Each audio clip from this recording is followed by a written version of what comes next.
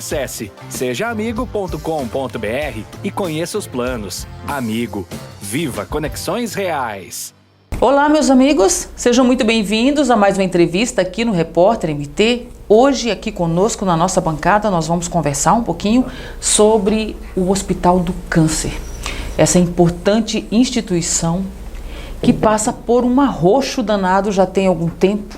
Para conversar sobre isso, está aqui o Agostinho Risso, ele que é diretor financeiro do Hospital do Câncer. Seja muito bem-vindo, Agostinho. Gratidão, Ana Maria, uma satisfação muito grande poder estar aqui e falar dessa instituição que presta um serviço tão importante para a sociedade mato-grossense. Pois é, e aí a gente conversava, esse ano completou-se aí 25 anos de atuação aqui no estado. Exatamente, nós abrimos as portas em 1999 e desde lá estamos aumentando exponencialmente a nossa capacidade e atendimento à população que precisa do nosso serviço, assim como de várias instituições que fazem um trabalho similar ao nosso. Né?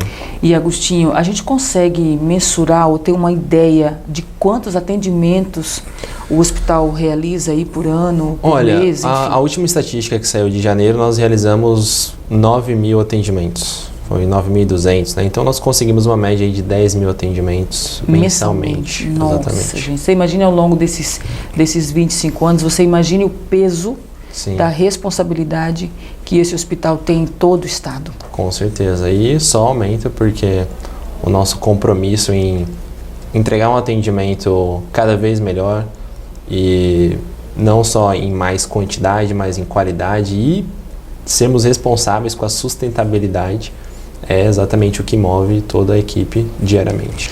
E Agostinho, a gente conversava um pouquinho antes, né? Sim. Tinha até uma estimativa de atendimento de pessoas que vêm de outras cidades fora da capital, fora de Cuiabá. Sim.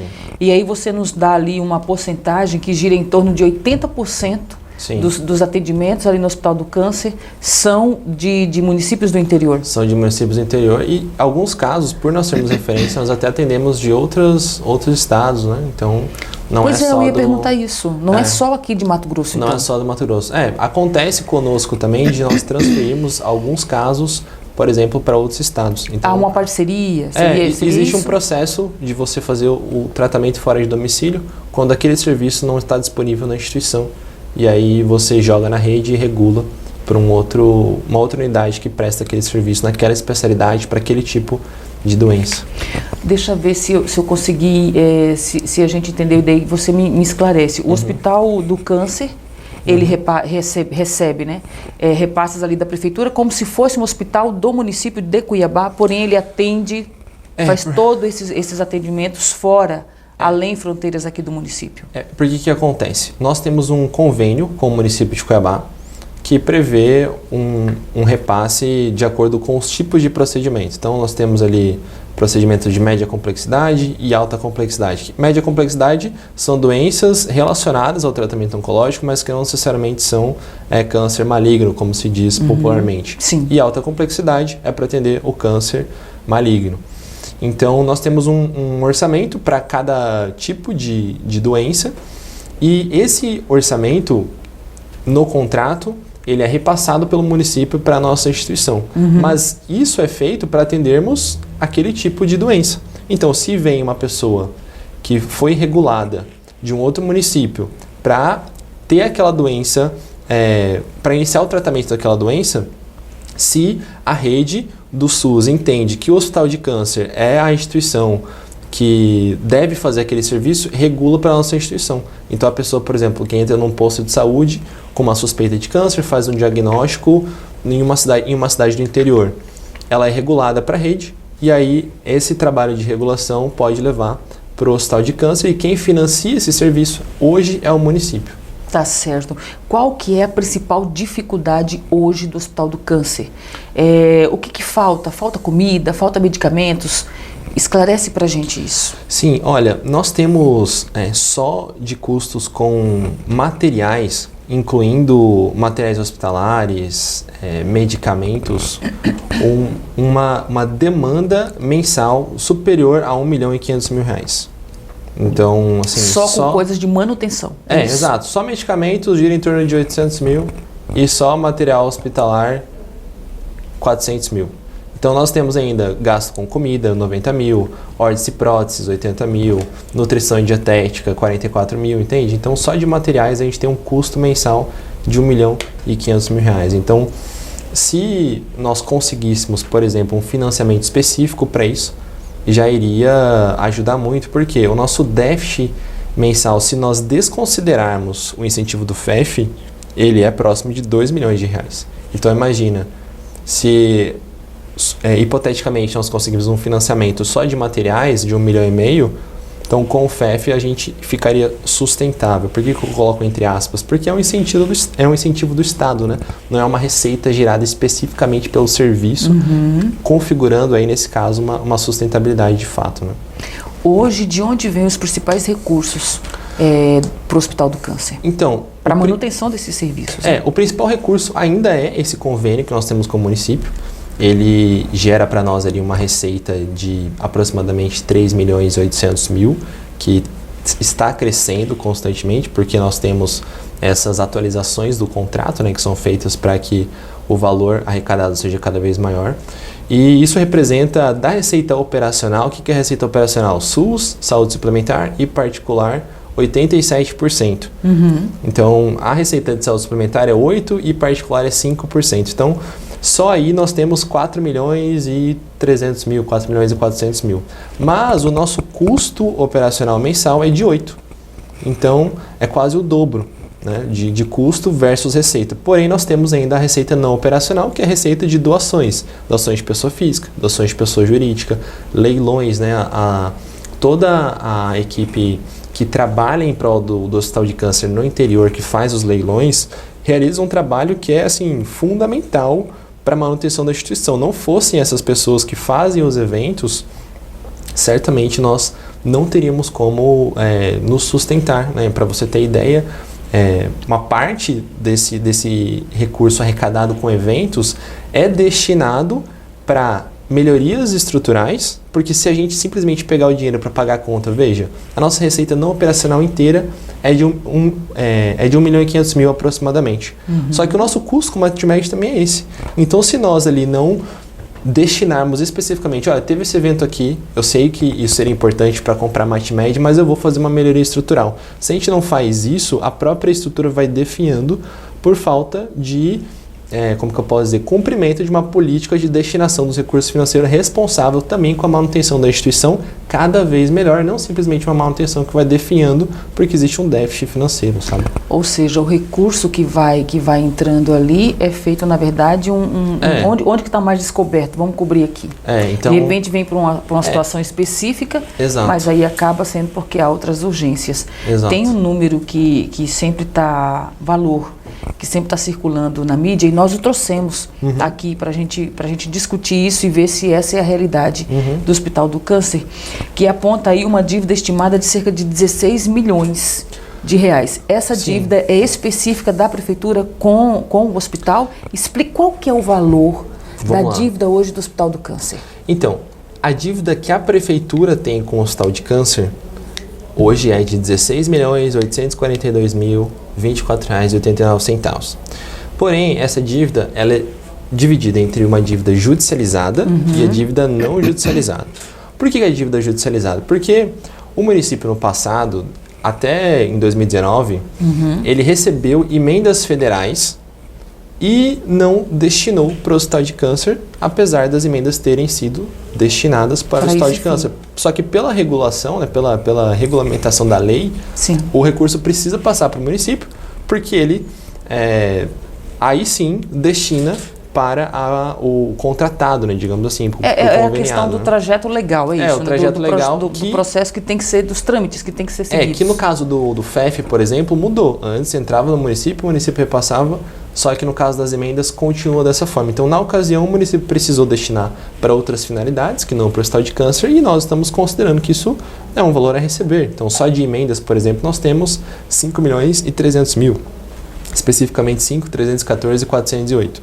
E uma outra parte que está judicializada são as diferenças de produção referentes ao período da pandemia. Então, Esse valor ele representa R$ 6.152.324,54.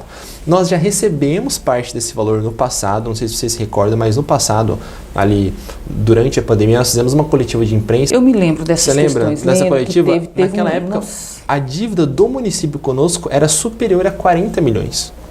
Então, quando nós fizemos aquela coletiva, foi assim, um grito de socorro, porque é aquilo, nós temos responsabilidade com a população, né? Se nós temos uma incapacidade do nosso contratante financiar um serviço tão essencial, nós precisamos recorrer a todo tipo de medida para conseguir regularizar isso. Então, na época, a gente conseguiu, via bloqueio judicial, receber uma parte dessa dívida, só que ainda continua de 6 milhões. Então, a dívida judicializada está em 11 milhões. Então, o que acontece? Nós temos um processo para receber as emendas federais, outro para receber essa diferença de produção. Por quê? Nós reduzimos drasticamente nossa produção durante a pandemia, só que saíram leis que eram atualizadas semestralmente indicando, olha, se o contrato é 3 milhões, mas a produção foi de 2, o município, todos os contratantes têm a responsabilidade de repassar o valor integral. Por quê? Porque a redução está acontecendo em função de uma pandemia, né? Então a instituição, poxa, na época, preço de luva, de máscara, tudo triplicou, Nossa, quintuplicou. sim. Gás, um caminhão de gás era 18, foi para 70, né? E o preço manteve. Então a inflação ela deu um boom por conta disso também. E nós não recebemos esse valor pela forma administrativa, nós só recebemos via judicial. Então a dívida judicializada é de 11 milhões e a dívida não judicializada está de 5.375.000. Então, veja, nós temos valor de UTI, por exemplo, para receber desde agosto. Por que acontece? Mudou a forma de repassar o valor da UTI. E para você ter ideia, o quanto isso impacta para nós, o nosso déficit mensal na UTI é de 213 mil. Mensal, quanto nós recebemos a menos do que custa a UTI, considerando todas as despesas diretas, indiretas e o custo administrativo rateado para esse setor. Porém, o município ele só repassa quando o paciente tem alta e não quando dobra a conta. O que é dobra a conta? Eu internei na UTI no dia 15 e eu saí no dia 15 do mês seguinte. Só que eu dobrei a conta no dia 30. Então, esse período que eu fiquei na UTI não vai remunerar a instituição que eu estou lá internado. Vai só remunerar quando eu tiver alta. Então imagina, se eu tiver alta 4 meses depois, 3 meses depois, eu fico 3 meses sem receber esse valor. Então assim, isso de alguma forma coloca o município com mais caixa, porque ele só precisa pagar na alta, só que a instituição que já tem um déficit... Está tendo gastos de ela tem que ir no banco, pegar dinheiro, aumentar a despesa financeira, porque ela está financiando um serviço que ela não recebe de imediato. Então, e aí vira uma bola de neve. Vira uma bola de neve, fica insustentável isso, né? Então, nós entendemos que isso é uma dinâmica de funcionamento do executivo, mas ela é muito prejudicial para nós. Então, só de UTI nós temos 146 mil para receber e de produção regular, 4 milhões, sabe? Então, a dívida, somando judicializada e não judicializada, soma aí os 16 milhões, sabe? Então, assim, por mais que seja muito diferente daquela época que nós fizemos a coletiva e tal, mas ainda prejudica demais. O grito daquela época ainda continua ecoando? Continua ecoando porque se nós temos aí um passivo de 40 milhões, por exemplo, e um valor a receber de 16, poxa, você vê o quanto é importante nós conseguimos receber esse valor quanto antes para negociar o passivo e com a sustentabilidade do serviço, pagar essa dívida em 2 anos, como a gente estava falando aqui anteriormente. No caso da prefeitura, quando foi o último repasse? Então, nós recebemos um repasse agora, em fevereiro, né, referente a diversos períodos. Recebemos em janeiro também, em função do Ministério Público ter ali feito uma pressão, sabe? Então, assim, na ocasião, nós precisamos recorrer à mídia, dar transparência para a população, porque numa transição de gestão da saúde fica crítica a situação, fica incerta. E com um passivo tão grande e um valor a receber tão grande também, nós precisamos informar a população que uma inanição financeira, que é isso? Uma incapacidade de financiar um serviço que simplesmente não tem uma contrapartida do contratante, ela vai gerar uma paralisação necessariamente do atendimento à população. E nós sabemos que quem se prejudica é a população, mas é uma questão matemática, né? Se você não tem como continuar aumentando um determinado custo, por quê? Porque você não tem dinheiro, o fornecedor não consegue mais entregar para você, seja um serviço, seja um material, porque ele também começa a ficar sendo prejudicado, né, na operação dele. Sim. Então, é uma bola de neve que eventualmente gera isso, né? Somado a essa dívida que a Prefeitura ainda tem com o Hospital do Câncer, qual é o tamanho da dívida total da instituição hoje, Agostinho? Então, uma coisa é o valor que nós temos a receber, né, da Prefeitura, que é esses 16 milhões. Mas a dívida total do Hospital do Câncer, aí com todos os fornecedores, né, e prestadores de serviço, inclusive a dívida bancária, ela vai ficar ali entre 30 e 40 milhões, sabe? Então, assim, para te dar um número preciso, eu precisaria investigar todos os tipos de dívida, porque o que acontece? Nós temos uma grande parte do nosso passivo, ele é fiscal. Então, esse passivo fiscal ele é feito reparcelamentos, né? Nós conseguimos descontos, a gente consegue fazer um determinado tipo de parcelamento. Então, giraria entre 30 e 40 milhões, né? O passivo bancário com fornecedores e passivo fiscal. Então, veja, nós estávamos falando sobre, até, né, anteriormente, isso é uma dívida impagável? Não é impagável. Se nós recebermos esse valor da Prefeitura, conseguimos um contrato com o Estado que financie o serviço de forma sustentável e oferecermos, por exemplo, 20% da nossa capacidade instalada para a saúde suplementar também de forma sustentável, nós vamos ter ali uma dívida de 25 milhões. Se nós temos uma receita não operacional de 1,5 milhão, a gente consegue pagar isso em 2 anos facilmente. O que a gente precisa só é de contratos sustentáveis e essa contínua responsabilidade com prestar sempre o melhor serviço, que é o que a instituição tem feito desde que ela abriu em 1999.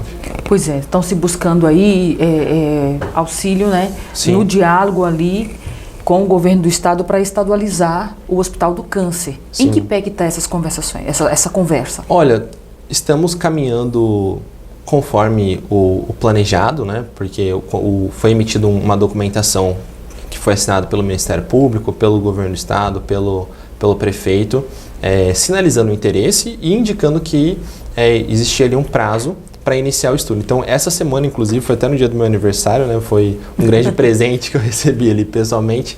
Foi a primeira reunião que a Secretaria Estadual de Saúde fez no Hospital de Câncer para iniciar um diagnóstico, né? De quais serviços nós prestamos, qual que é a nossa modalidade, né? Nós somos o UNACOM no momento. Isso sinaliza um interesse real do Estado em estadualizar o hospital? Isso sinaliza que o Estado está se movendo para fazer um diagnóstico e, a partir desse diagnóstico, ter um parecer técnico sobre a viabilidade ou não da contratação do serviço. E, pelo que nós estamos vendo, conversando com as pessoas, sim, é viável para o Estado fazer a contratação, porque existe a demanda. Isso é inquestionável, e essa demanda ser financiada pelo município, nós já estamos vendo há muito tempo que não é sustentável, porque o município de Cuiabá não tem como financiar a alta complexidade do estado inteiro, né? É uma configuração de convênio insustentável no longo prazo.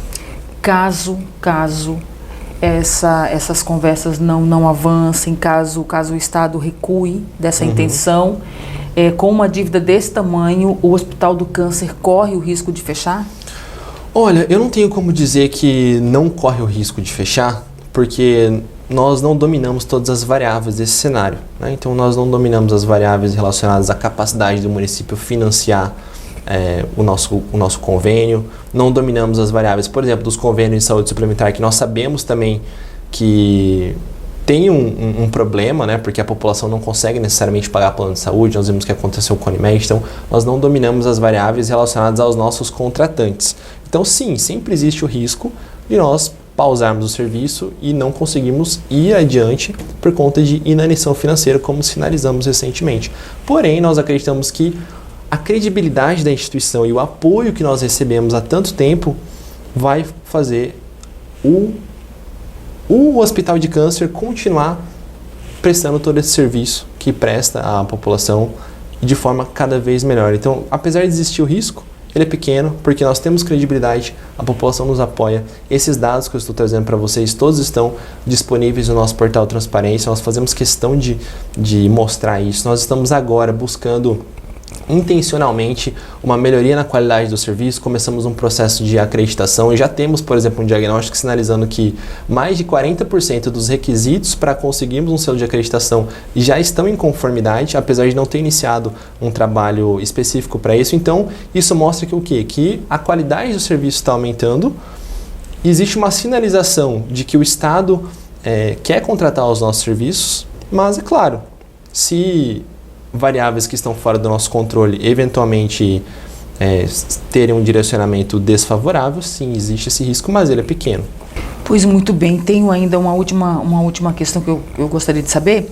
Nessa conversa, né, nesse diálogo aí, nessa negociação, na verdade, que está acontecendo com o governo do Estado, existe participação dos poderes, e aí eu cito a Assembleia Legislativa, cito também o Ministério Público, eles também estão empenhados em favorecer isso? Sim, é importante mencionar que esse trabalho ocorreu com uma iniciativa direta do Ministério Público de entender o que está acontecendo e, representando os interesses da população, promover o diálogo, promover a negociação, e isso aconteceu, né? Nós agradecemos muito ao Ministério Público por ter liderado, eu diria, essa iniciativa. E sim, nós vimos que a Assembleia tem se manifestado como um poder que tem interesse para que o serviço do Hospital do Câncer seja contratado pelo Estado, e isso que eu estou falando é uma evidência de que a sensibilização das pessoas acontece. O que a gente precisa é trabalhar constantemente para que essa iniciativa percorra o caminho necessário para que esse objetivo seja alcançado e não se perca na ineficiência operacional, né, da máquina pública. Pois é. Eu acho que eu vou complementar, porém um pouco menos polida, dizendo que essa sensibilidade sai um pouco do coração e realmente vá para a ação, que as pessoas realmente arregassem as mangas, né? Exatamente, é muito importante. E aí venham para a luta de fato e de verdade. A gente está falando de vidas, não é? Com certeza. Me diga uma coisa, a gente já está chegando aqui ao final da nossa conversa e os canais, não é? De repente, as instituições, as empresas, as pessoas, o cidadão comum que quer contribuir de alguma forma com o Hospital do Câncer, quais os meios, quais os canais, isso é possível? Sim, você pode procurar o nosso site, né? Você pode entrar lá, tem lá todo o caminho para fazer a contribuição. Então, você pode contribuir desde com uma contribuição financeira diretamente, ou você pode contribuir com alimentos. Nós precisamos muito, como eu falei para você, a nossa demanda de alimentos é 90 mil por mês, né? Então imagina, isso é muito importante, que ter o apoio da população, e nós temos, tá? Então constantemente nós recebemos apoio da população. Então pelo site hkmt.com.br tem exatamente o caminho para você fazer a contribuição financeira, contribuição com MatMed, com alimentos, e até mesmo a contribuição como voluntário. Nós temos diversos voluntários também que fazem um trabalho excepcional. Então podem procurar nós pelo site, e lá tem todo o contato para você fazer a contribuição direta ou entrar em contato e saber especificamente como você quer ajudar, como várias instituições fazem, né? Às vezes elas destinam um recurso financeiro, mas falam, eu quero que seja destinado por uma determinada área, né? Eu quero apoiar a pediatria, eu quero fazer aquisições de equipamentos para o centro cirúrgico. Então nós sempre consideramos que a destinação do recurso, ela tem a prioridade de ser definida conforme o direcionamento do doador. É isso. Mais uma vez, muito obrigada. E obrigada também a vocês, meus amigos, que acompanharam essa conversa. Anotem aí as redes sociais, acionem os mecanismos de ajuda, né? A gente é responsável por tudo isso também. Não vá embora sem também nos seguir nas nossas redes sociais, acompanhar as nossas notícias no site e, claro, se inscrever aqui no nosso canal para que você seja sempre muito bem informado acerca dos assuntos que a gente traz aqui diariamente para você. Tá bom? Um forte abraço, nos aguardamos. Até uma próxima oportunidade. Até mais.